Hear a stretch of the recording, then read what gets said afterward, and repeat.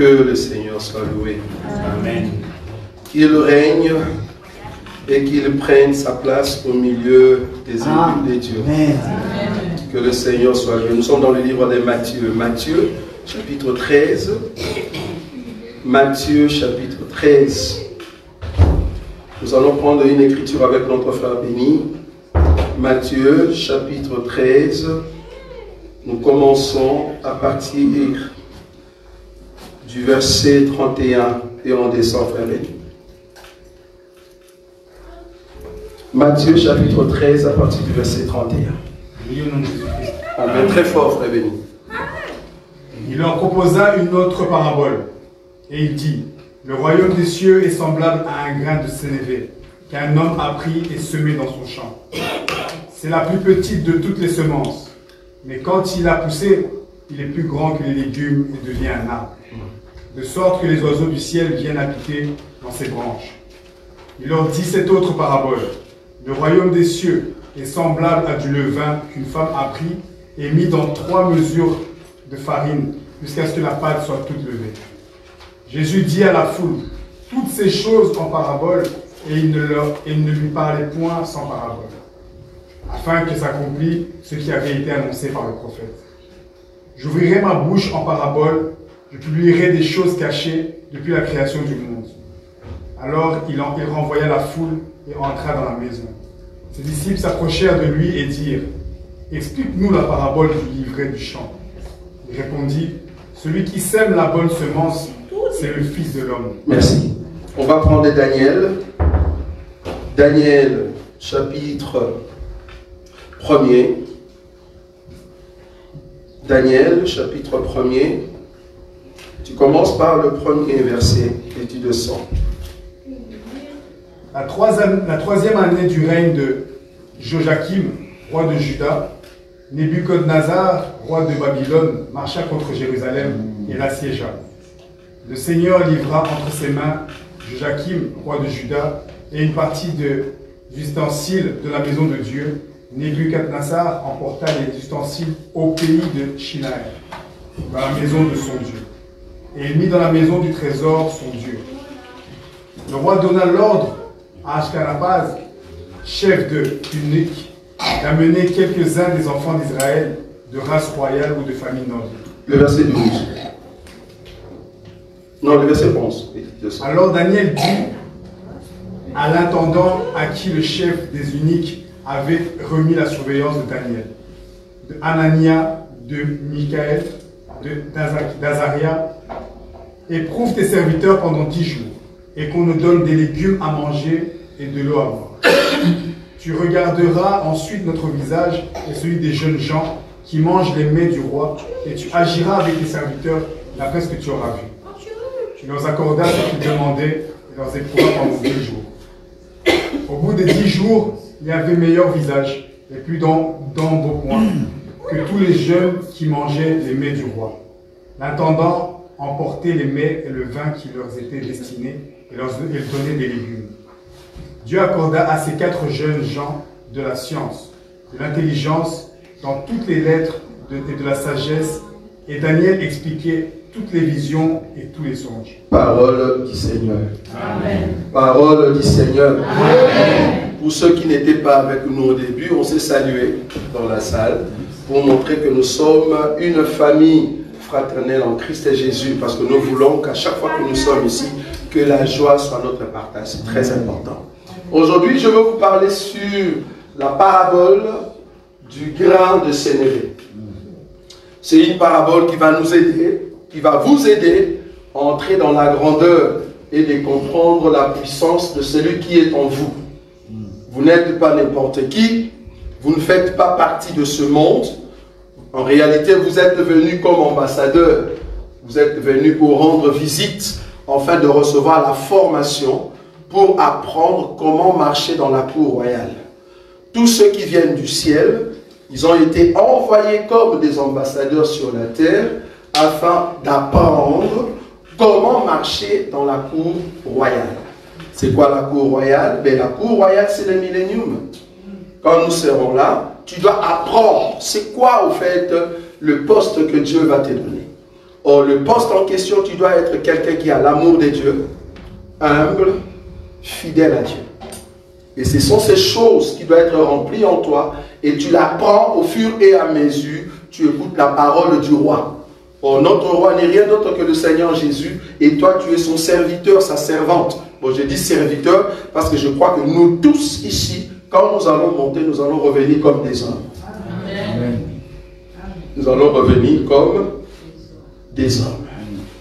Personne n'est monté au ciel si ce n'est celui qui est descendu, le Fils de l'homme qui est où? Dans les cieux. Dans les cieux, il n'y a pas de femmes. Tous ceux qui vont monter au ciel vont revenir comme des hommes. Depuis que la Bible a été Bible, depuis le livre de Genèse jusqu'à l'Apocalypse, il n'y a aucun ange qui est venu sous forme de femme. Donc, si tu es femme, c'est parce que nous sommes encore dans la faiblesse. Si tu es homme dans la chair ici, c'est parce que nous sommes encore dans la faiblesse. Mais quand nous allons revenir un corps glorieux. Et ce corps sera toujours un corps masculin. Il n'y aura personne d'entre nous qui reviendra comme femme. Nous tous, nous serons des fils. Et nous serons glorieux. Je parle de la Vierge sage, pas la Vierge folle. Si tu es parmi nous et que tu es la Vierge folle, gloire à Dieu, mais tu sortiras de la terre comme tu es. C'est-à-dire, si tu étais femme, tu sortiras femme. Si tu étais homme, que nous voyons, tu seras toujours homme. Mais tu n'auras pas la grâce que nous aurons, nous qui vont venir du ciel. Parce que nous avons goûté et nous avons vu Dieu face à face. Amen. Amen. La parabole du grain de sénévé. Comme vous le savez, nous dans notre évangile, nous aimons toujours prendre chaque élément pour faire comprendre au peuple de Dieu les Écritures. Remarquez que la parabole de sénévé dans le livre de Matthieu, ça commence d'abord par une parabole qu'on appelle la parabole du semeur.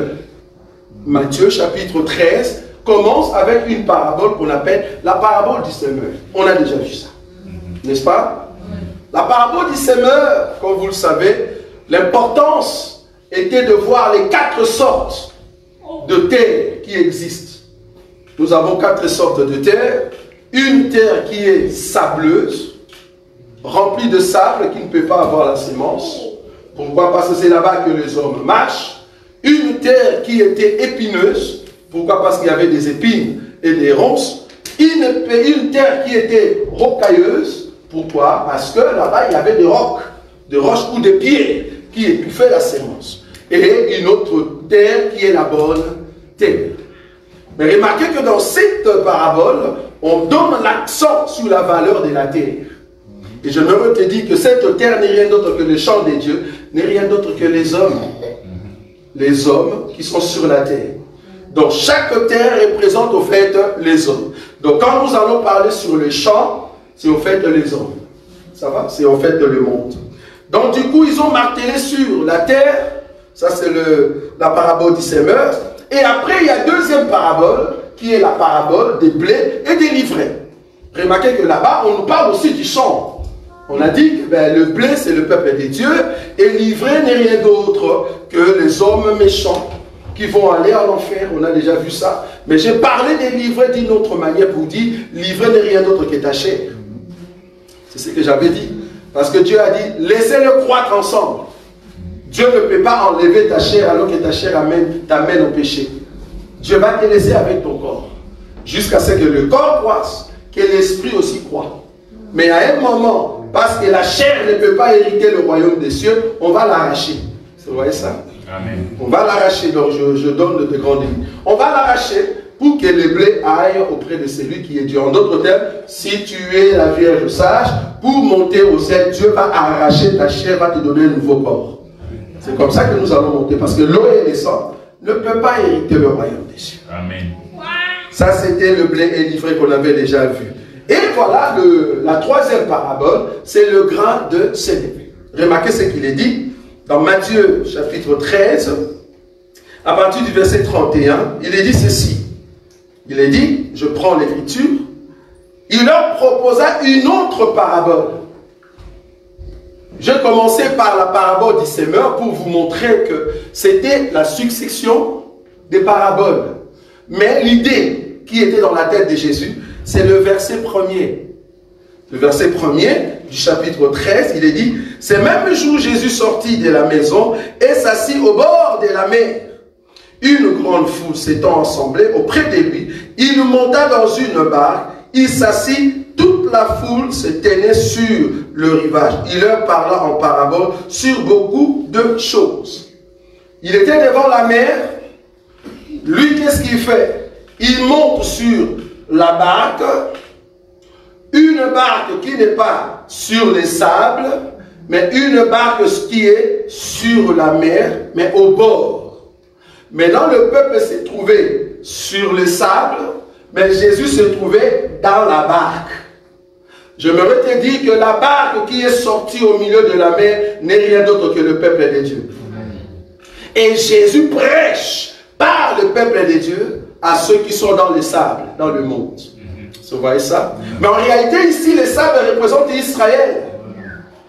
Israël qui ne va pas écouter l'enseignement. Alors Jésus cache l'enseignement. Vous voyez? Il cache l'enseignement. Il ne dit pas à ceux qui sont sur les sables, mais va l'expliquer à ceux qui sont dans la barque. Pour te dire que Jésus aujourd'hui se trouve dans notre barque. Il n'est pas en Israël. Voilà. N'allez pas en Israël. Si vous voulez aller en Israël, allez regarder des bâtiments.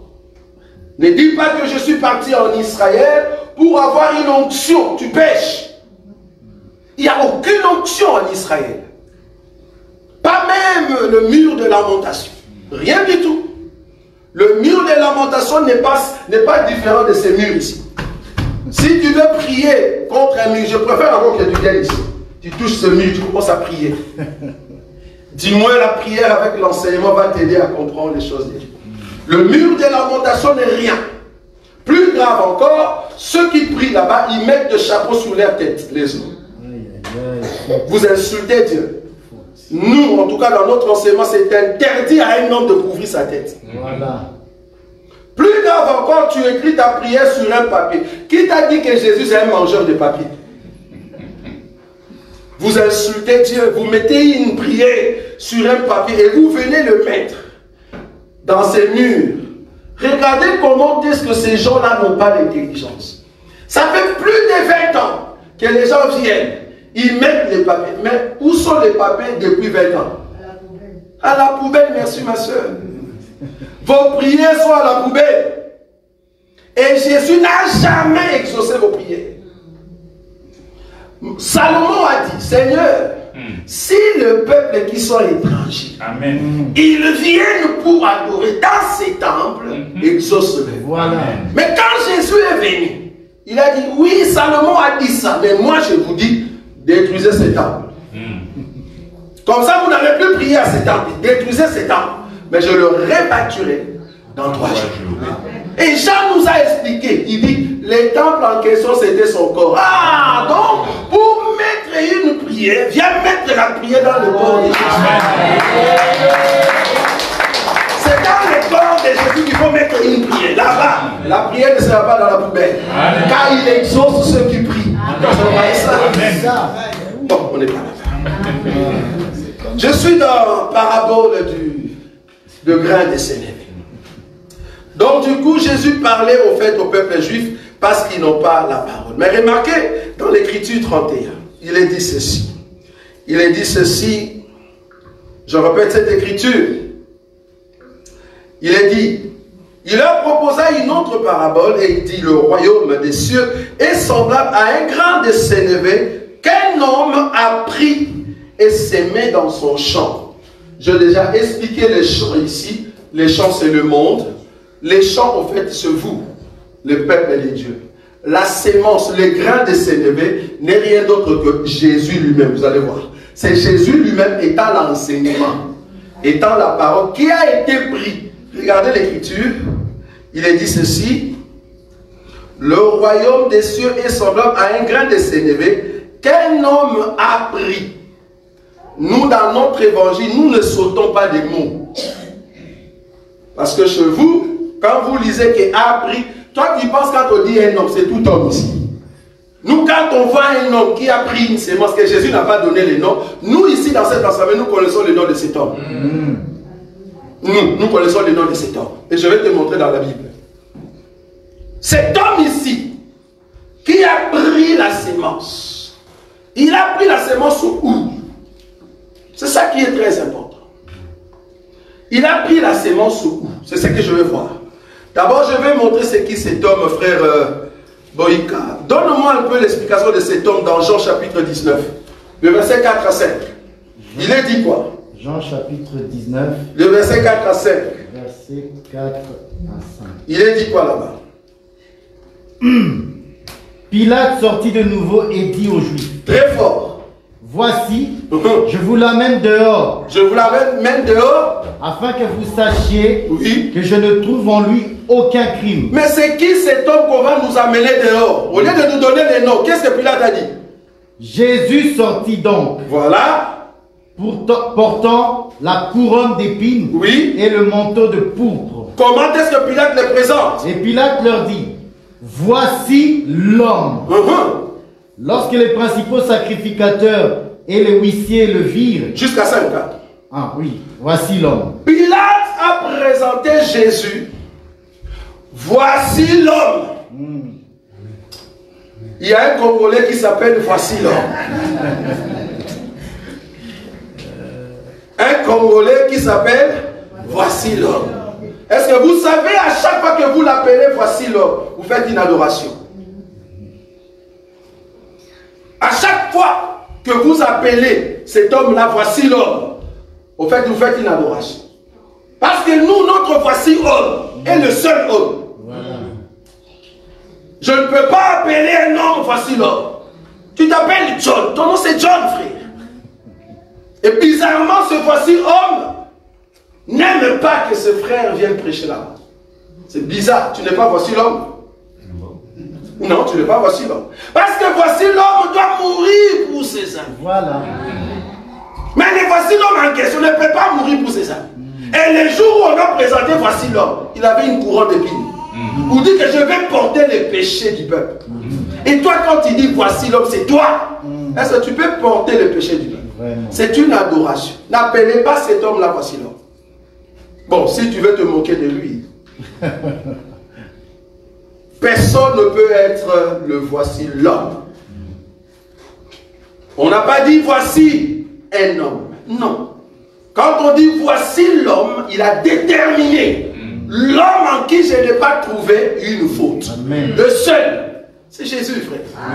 Ce n'est pas un homme bizarre, voici l'homme qui est en pantalon. Donc, notre Jésus, c'est lui le voici l'homme. Amen. L'homme qui est capable de te donner la vie parce qu'il n'est pas tombé. Très important. Alors quand on l'a présenté, c'est lui au fait qui est l'homme qui va prendre une graine.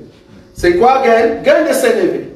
Donc le royaume des cieux est semblable à voici l'homme qui prend quoi? Le grain de sénévé. Mais il a pris où? C'est ça ma question. Daniel, chapitre 2, frère Boïka. Daniel, chapitre 2,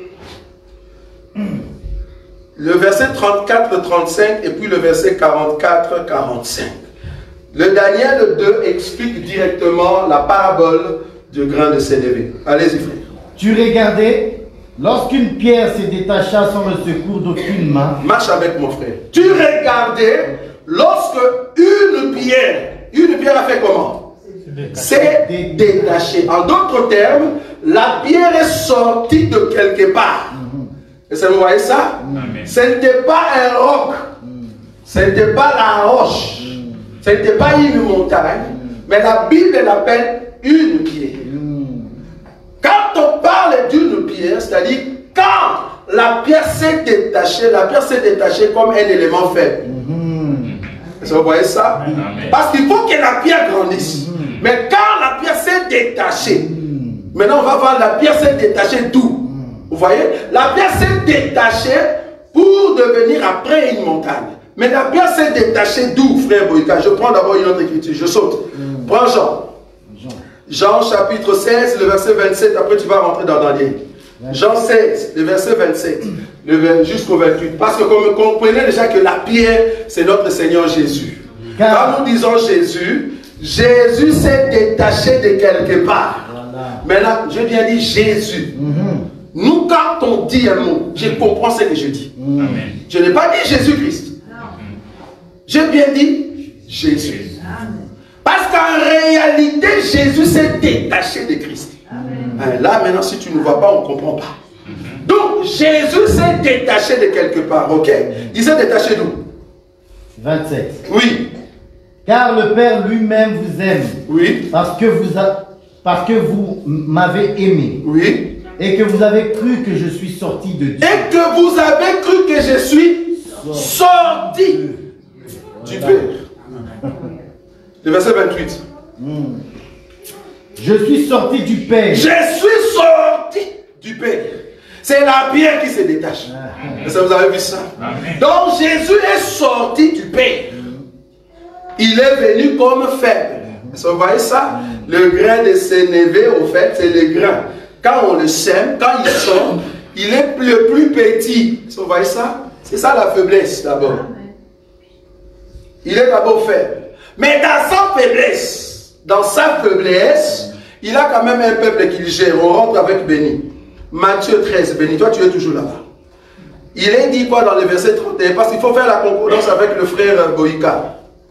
Remarquez le verset 31. Parce que là-bas, on voit que c'est la pierre qui se détache. Nous avons dit que la pierre, c'est Jésus qui sort du Père. On rentre dans Daniel. Daniel chapitre 2, frère Boïka. Les versets là où tu étais, 34. Mais je prends d'abord le frère Béni. Frère Béni Matthieu 13, le verset 31. Là où nous étions. On peut lire. Il leur proposa une autre parabole. Oui, remarquez. Et il dit, le royaume des cieux est semblable à un grain de... Est semblable à un grain de... Non, c'est pas ce qu'on a dit. Le royaume des cieux est semblable... Oui, c'est ça, un grain de sénévé. Qu'un homme... Oui, un homme a pris et semé dans son champ. Donc ici, nous avons dit que l'homme en question n'est rien d'autre que le Père. Et du Père est sorti le Fils. On est d'accord? Ok, on continue. Le verset 32. C'est la plus petite de toutes les semences. C'est la plus petite de toute la sémence. Attends, frère. Donc, la pierre qui sort de la montagne est tellement grande. Mais je me redis, là où la pierre est sortie, il faisait partie de la grande montagne. C'est-à-dire, quand je vois la pierre, je comprends directement que c'est la montagne. Mais le problème est que c'est encore une pierre. Il faut attendre jusqu'à ce qu'il puisse grandir. Est-ce qu'on est d'accord? Mais au commencement, il vient d'abord comme une pierre. Quand Samson a déchiré les lions, est-ce que vous voyez ça? Et le miel se formait à l'intérieur par le biais des abeilles.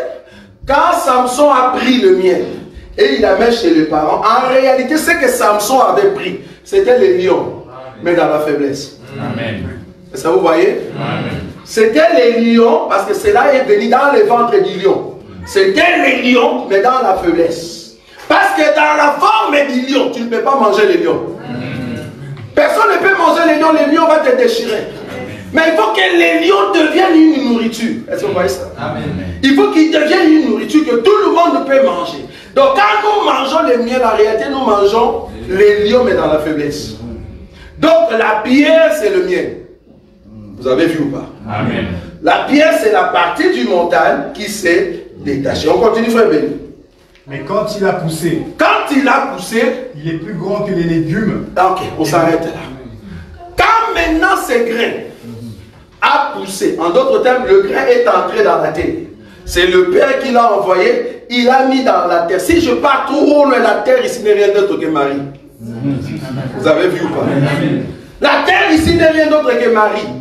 C'est là-bas, il y a la terre, là où il faut que la sémence pousse. Quand la sémence a commencé à pousser, on a dit que ce grain-là qui est le plus petit, la pierre, ce grain-là est devenu plus grand que le légume. Maintenant, je vais chercher dans la Bible. C'est quand on dit légume, toi tu penses... Bon, quand on dit légume, là tu penses à légumes que tu manges à la maison. Toi tu penses vraiment que c'est légumes de la maison. Jésus, quand il parle en parabole, il ne fait pas allusion à ce que toi tu vois dans la tête. Tu vois, quand tu as lu dans la Bible, légumes, ça doit être le but d'écouter. Ça doit être ngaï. Jésus ne voit pas ça dans sa tête. Regardez ce que Jésus voit. Je vais prendre une écriture, frère Béni. Je suis dans les livres, là où nous avons lu avec toi, frère Béni. Daniel chapitre 1er. Daniel chapitre 1er. Là où on parle de l'intendant. Est-ce que vous voyez cela? C'était avec qui? Frère Boïka? Frère Béni. Frère Béni. Allez-y. Alors, Daniel dit à l'intendant, oui, à qui le chef des eunuques avait remis la surveillance de Daniel, d'Ananias, de Misaël et d'Azaria. Très bien. Éprouve tes serviteurs pendant 10 jours. Voilà. Et qu'on nous donne des légumes à manger et de l'eau à boire. Continue. Tu regarderas ensuite notre visage et celui des jeunes gens qui mangent les mets du roi. Très bien. Et tu agiras avec tes serviteurs d'après ce que tu auras vu. Très bien. Il leur accorda ce qu'ils demandaient et les éprouva pendant 10 jours. Très bien, continue. Au bout de 10 jours, ils avaient meilleur visage et plus d'embonpoint que tous les jeunes gens qui mangeaient les mets du roi. Romains chapitre 14, verset 1 à 3. Romains 14. Verset 1 à 3.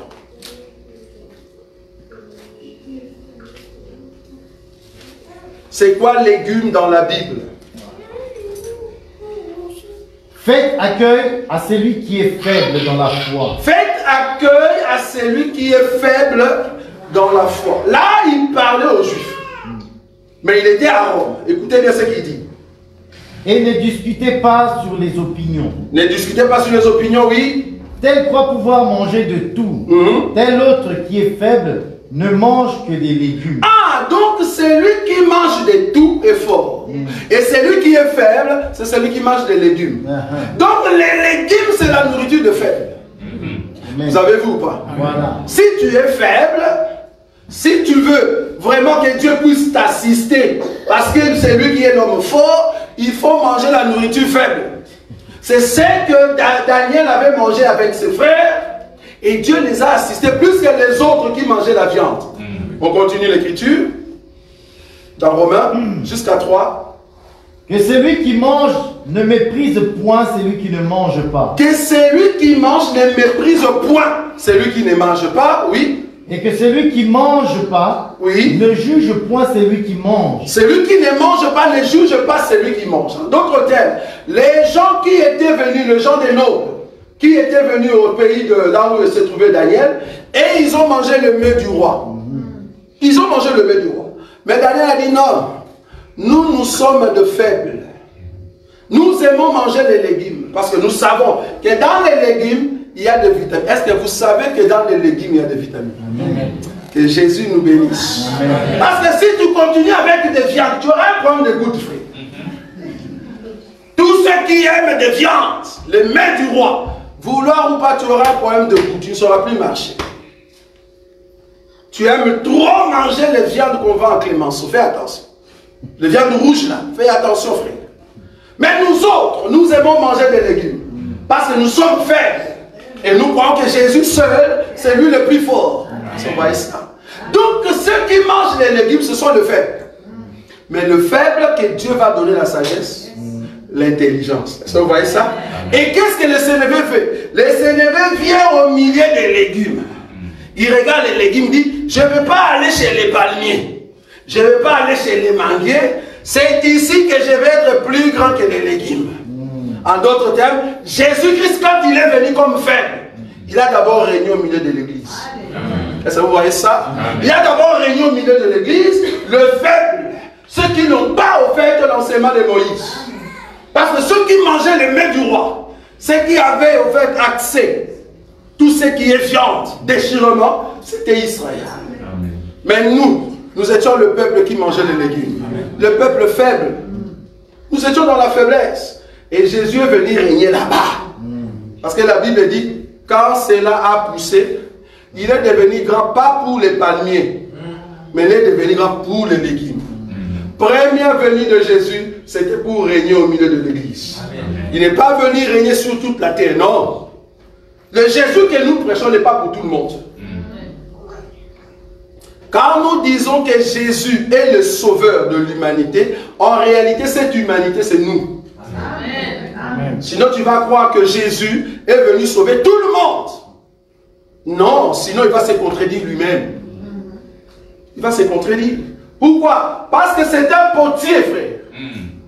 Le potier ne fait pas tous les vases dans la maison, des vases d'honneur. C'est pas possible. Il y a des vases que lui-même il a créés pour que ce soit des vases vides. C'est lui qui a créé ça. Jésus est venu rencontrer son peuple. Et d'ailleurs lui-même il a déclaré dans sa bouche: je suis venu seulement pour les brebis perdues de la maison d'Israël. Ça c'était d'abord les brebis au pluriel, maison d'Israël. Mais en même temps quand il est venu pour ces brebis-là, il avait perdu aussi une brebis. Ça vous voyez là où je suis? Parce que c'est nous sommes la brebis qui était perdue. Donc en réalité il est venu seulement pour ces brebis. Donc Jésus qui c'était pasteur. Étant un pasteur, il vient seulement pour les brebis. Pas pour tout le monde. Pas pour les chiens. Jésus n'est pas venu pour les loups, pour les léopards. Non, il est venu pour ses brebis. Maintenant, parmi ces brebis, il y a deux camps. Il y a la brebis perdue et les brebis perdues. C'est deux camps. Très important. Donc, du coup, les légumes, c'est au fait la nourriture de faim. Jésus, il est dit dans Matthieu chapitre 13, je prends le verset 32, c'est la plus petite de toutes les semences, mais quand il a poussé, il est plus grand que les légumes. Oui, notre Jésus est plus grand au milieu de nous, parce qu'il est là. Ça, c'est la première venue. Quand il est venu comme sacrificateur, il est venu pour donner sa vie. Vous voyez ça? Il est venu faible, certes, mais au milieu de son peuple, il est grand. Le monde ne le voit pas, mais nous les considérons grands. Mais il ne peut pas seulement s'arrêter à nous. Parce qu'il doit montrer au monde qu'il est puissant. Vous voyez ça? Il doit montrer au monde que c'est lui qui sera le roi qui doit régner. Et qu'est-ce que le grain de sénévé fait? Étant au fait de la sémence, je prends l'écriture maintenant, 33, il est dit ceci. Non, le verset 32 toujours. C'est la plus petite de toutes les sémences, mais quand il a poussé, il est plus grand que le légume et devient, vous voyez ça? Et devient un arbre. C'est-à-dire, le grain de sénévé, qui est une sémence, qui est la parole de Dieu, quand cette parole est venue, cette parole était faible. Mais cette parole a régné au milieu de légumes. Et quand il a régné, il fallait que cette sémence puisse continuer à croître. Or, Jésus-Christ, quand il est parti, il dit, je vous ai laissé ma paix. Je vous ai tout dit. En d'autres termes, étant la sémence, il est entré dans les corps de son peuple. Vous voyez cela? Étant parole, il est entré en nous. Quand le monde ne le voit pas, Jésus qui était un, regardez ce que Jésus est devenu. Amen. Regardez ce que Jésus est devenu, frère. Regardez ce que Jésus est devenu dans le monde. Vouloir ou pas, l'évangile de Christ doit monter. Et il doit devenir au fait un arbre. Pendant le millénium, c'est notre règne qui sera là. Le dernier royaume sur la terre. Parce que nous attendons avant, au fait, le dernier royaume. Si vous ne savez pas, l'avant-dernier royaume qui arrive, j'ai peur que ça soit le royaume de Poutine.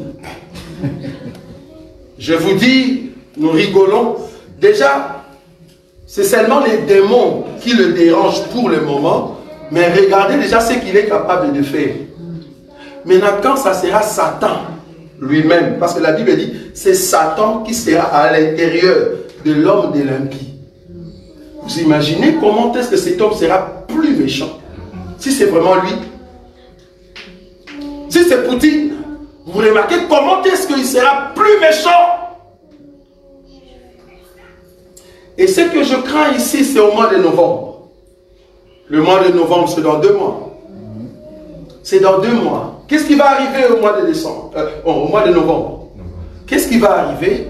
Ben, l'élection des États-Unis. Apparemment, le sondage est favorable à la femme. Cela veut dire, si les sondages sont favorables à la femme, cela veut dire que les États-Unis, moins de 2 ans, voire même 2 ans, va tomber. Donc les États-Unis vont tomber. Pourquoi? Parce que tous ceux qui sont des hommes forts des États-Unis, c'est-à-dire des Juifs, ils ne vont pas accepter qu'une femme puisse le gérer. Ils ne vont pas accepter. Ils vont se retirer. Ils vont dire non, non, non. Notre économie ne peut pas rester dans ce pays où une femme dirige. Ils vont l'amener dans leur pays. Et du coup, quand ils vont rentrer, leurs amis, leurs frères qui sont ici en Europe, ils vont aussi rentrer. Tout juif, j'aimerais vous dire que le secret économique du monde est entre les juifs. Amen. Si vous ne savez pas. Tous ces gens, tu vois, milliardaires va voir.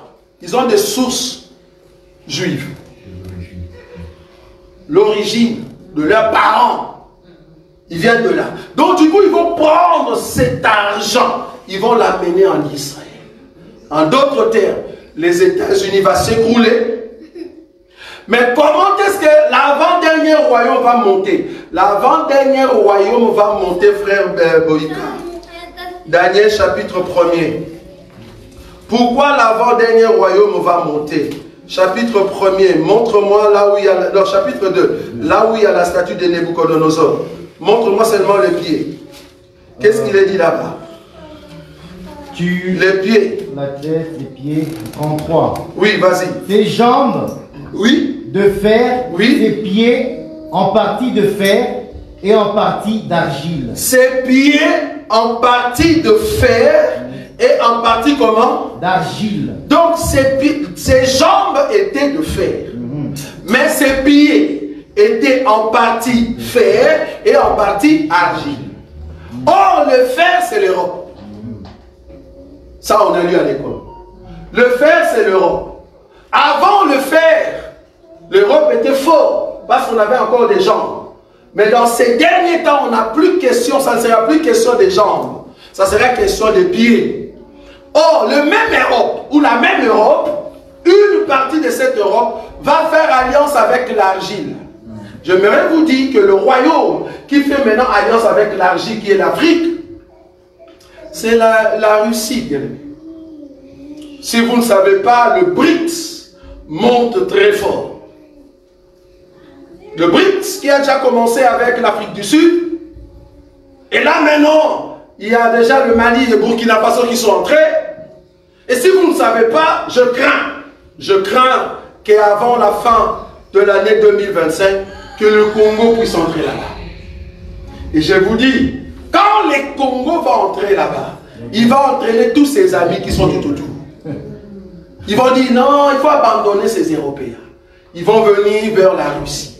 Pourquoi? Pour que la prophétie s'accomplisse. C'est quoi la prophétie? Il faut que l'Europe puisse s'allier avec l'Argile, qui n'est rien d'autre que l'Afrique, pour faire monter le pouvoir de l'homme de l'Empire. Et c'est là-bas, si tel est le cas, c'est là-bas que la Russie va enlever le manteau de la Russie, parce que la Russie c'est encore un bon pour le moment. Il va maintenant enlever le manteau de la Russie. Il va revenir comme étant URSS. Vous n'avez pas connu URSS. Vous n'avez pas connu URSS. C'est là-bas que le royaume rouge, qu'on l'appelle comme on l'appelle, c'est un royaume qui fait alliance avec la Chine, la Corée du Nord, la Russie, et qui va prendre des grands pays comme Burkina Faso, Mali, et tous ces pays comme l'Afrique du Sud. Vous imaginez, l'Europe va perdre. Oh, je crains, j'aimerais bien le dire. Bon, ce qui est vrai, nous ne serons pas là quand ces choses vont se dérouler. Alléluia. En tout cas, moi, je ne serai pas là. Ma soeur Caroline ne sera pas là. Mon frère Eddie ne sera pas là. Mais malheureusement, les amis du frère Eddie et les amis de ma soeur Caroline vouloir ou pas, vous allez demander asile en Afrique. Vous ne croyez pas? Ils vont demander l'asile en Afrique. Pourquoi? Parce que l'économie de l'Europe va tomber, bien aimé. C'est fini ça. La Russie va élever maintenant l'Afrique. Il va lui donner la force là-bas. Parce que l'argile doit avoir la force. Mais heureusement, ça ne peut pas rester ainsi. Parce que l'Europe va perdre sa force. L'Europe ne saura plus avoir de matières premières. De matières premières qui sortent de l'Afrique, ça ne sera plus possible. Tout le monde va fermer les portes. Il n'y a plus de négociations, il n'y a plus de relations franco-africaines. C'est fini ça. Ça va finir. Et tout le monde sera vers la Russie. La Russie, vous imaginez? Et comme la Russie est ennemie d'Israël, tous ceux qui sont arabes vont se rallier. Vous imaginez? Ils vont aller là-bas pour dire, ah voilà celui que nous attendions. Voilà. Pour frapper ces Américains et ces Juifs. Mais ils ne savent pas que Dieu n'est pas le Dieu de tout le monde. C'est ce qu'ils ont oublié. Dieu n'est pas le Dieu de tout le monde. Aujourd'hui, Dieu est le Dieu de l'Église. Or, l'Église se trouve dans tous les pays. Mais Dieu d'origine est le Dieu d'Israël. Donc, il ne peut pas laisser Israël mourir. Même s'ils vont comploter partout sur la terre pour exterminer tout juif. Mais il y aura toujours un reste qui seront là. C'est Dieu qui va les protéger. Voilà. Donc, même si ils vont commencer à tuer, mais la Bible dit, la pierre qui se détache, c'est là-bas qu'il va se détacher. Il a commencé à se détacher par l'évangile. Cet évangile va s'accroître jusqu'à ce qu'il vienne comme un royaume. Le verset 44. Daniel chapitre 2, le verset 44, il a dit quoi? Dans le temps de ces rois, oui, le Dieu des cieux suscitera un royaume. Le Dieu des cieux suscitera un royaume. Qui ne sera jamais détruit. Qui ne sera jamais détruit. C'est le dernier royaume. Continue. Et qui ne passera point. Donc ces royaumes ne peuvent pas passer. Tous les royaumes passeront. Mais ces royaumes ici ne passera pas. Continue. Il ne passera point sous la domination d'un autre peuple. Personne ne peut dominer ce royaume. Continue. Il brisera et anéantira tous ces royaumes-là. Il va anéantir tous ces royaumes qui vont exister. Et lui-même subsistera éternellement. Donc le royaume qui est la pierre, qui est sorti de la montagne, va subsister comment? Éternellement. Pourquoi ça va subsister? Le verset 35. Il est dit quoi? Toujours là-bas. Alors le fer, l'argile, les reins, l'argent et l'or furent brisés ensemble. Donc la pierre brise tout ça, tout le royaume. Et devint comme la balle qui échappe d'une aire en été. Continue. Le vent les a emportés. L'emportera. Et nulle trace n'en fut trouvée. Excusez-moi. Attendez, j'ai oublié. Il faut lui donner de lunettes. Ensemble devint comme la balle qui échappa d'une aire été. Le vent l'emporta, et nulle trace n'en fut retrouvée, voilà. Mais la pierre qui avait frappé la statue, est devenue comment? Devint une grande montagne. Donc la pierre est devenue une grande montagne, alors que la pierre est sortie d'une grande montagne, la pierre s'est détachée, venue comme une faiblesse. La pierre est entrée au milieu de l'église pour donner la sémence. Cette pierre doit obligatoirement devenir comme la montagne qui est dans les cieux. Jésus-Christ, c'est le royaume céleste sur la terre. Et remplit toute la terre. Et ça va remplir toute la terre pendant 1000 ans. Ça, c'est notre royaume. C'est le royaume des cieux. De la même manière que la montagne était dans les cieux, le reflet de la montagne sera sur la terre. Amen. C'est là-bas, au fait, les grains de sénévé qui est devenu, au fait, un arbre. Alors que au départ, c'était petit. Après, il a régné au milieu des légumes. Maintenant, après, il doit devenir un arbre. Et pourquoi cet arbre? Parce que tous ceux qui sont oiseaux, je ferme ma Bible.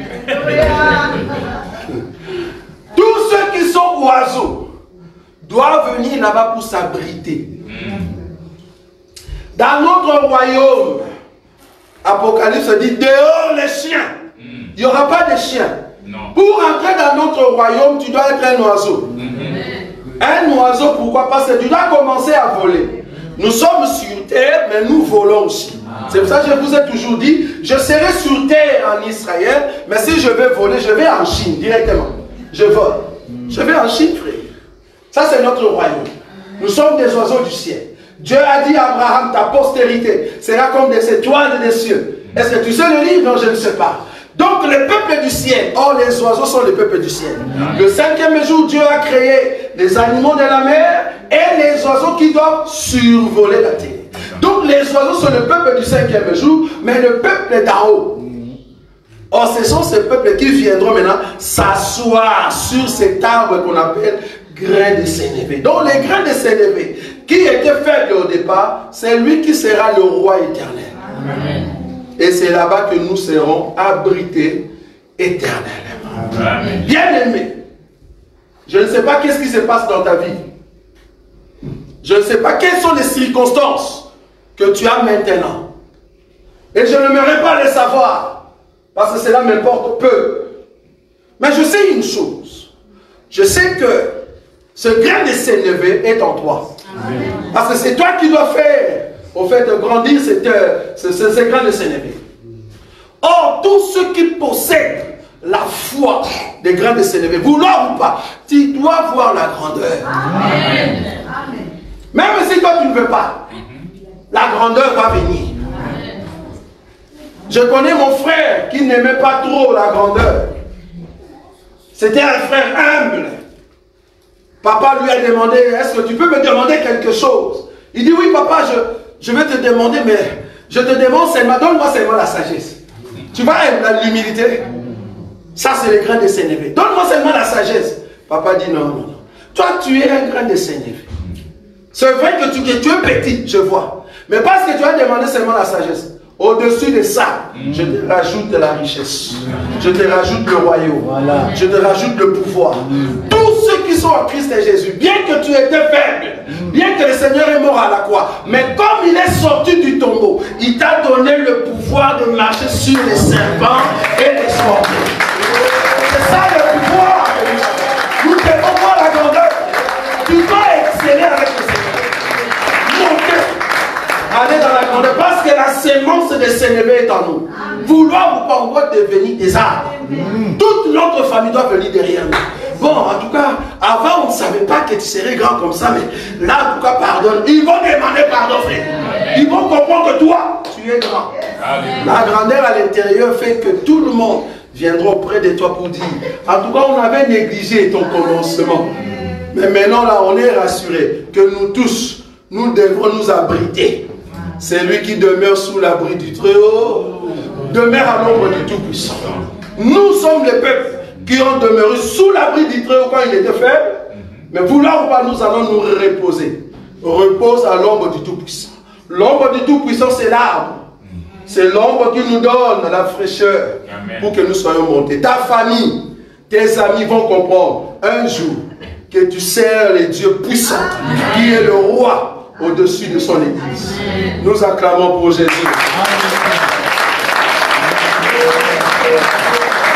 Jésus est tellement grand, je croyais que tu as acclamé. Un Jésus comme ça, je ne vois pas. Sois debout dans la présence du Seigneur. Jésus, le roi de rois. Jésus vient de s'élever au milieu de l'église. Regardez comment l'église adore le roi de rois. Ceux qui étaient faibles et non